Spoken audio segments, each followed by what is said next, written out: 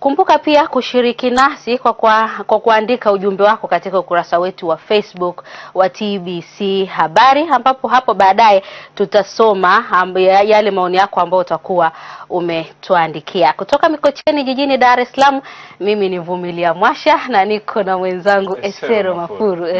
Habari ya Jumatano. Na Jumatano iko vema, tuko hapa kwa ajili ya mtazamaji popote alipo. Na kesho ni mapinduzi. Kesho mapinduzi. Hebu tuambie tunaanzia wapi? Na moja kwa moja tunaanzia huko katika mkoa wa Simiyu, ambapo Rais John Magufuli ametoa wito kwa Watanzania kwa kupuuza baadhi ya viongozi wa kisiasa wanaotoa taarifa kuwa nchi inakabiliwa na tatizo la njaa, na badala yake wajielekeze katika kufanya kazi kwa bidii ili kujiletea maendeleo.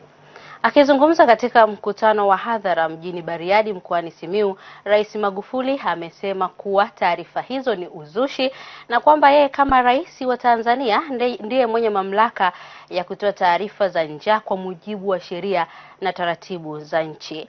Grayson Kakulu ana taarifa kamili kutoka Simiyu.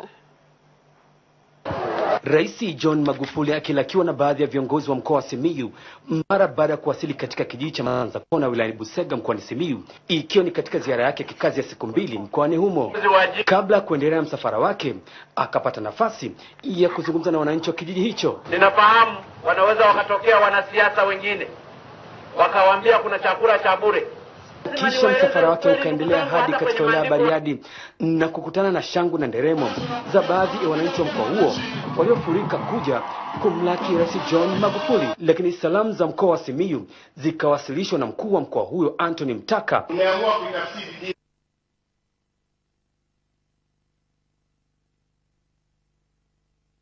kuzalisha bidhaa mbalimbali ambazo malighafi zake ziko nchini. Lakini miongoni mwa jambo kubwa lililomleta Rais Magufuli mkoani Simiyu ni kuzindua mradi wa ujenzi wa barabara ya lami yenye urefu wa kilomita 71.2 kutoka Lamadi hadi wilayani Bariadi, huku barabara hiyo ikitajwa kuwa na faida lukuki. Safari sasa inachukua takriban saa moja tu.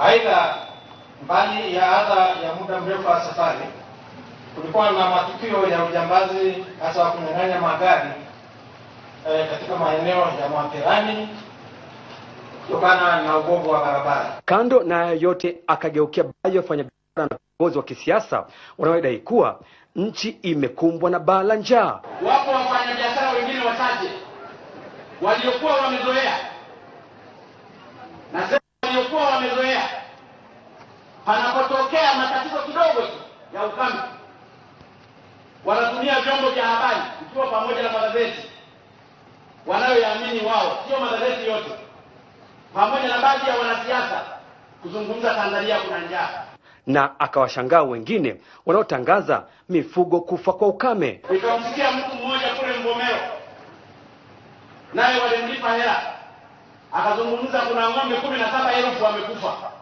hata wamekosa maji na majani. Inakufa ya pili umeangalia tu, inakufa ya tatu umeangalia tu.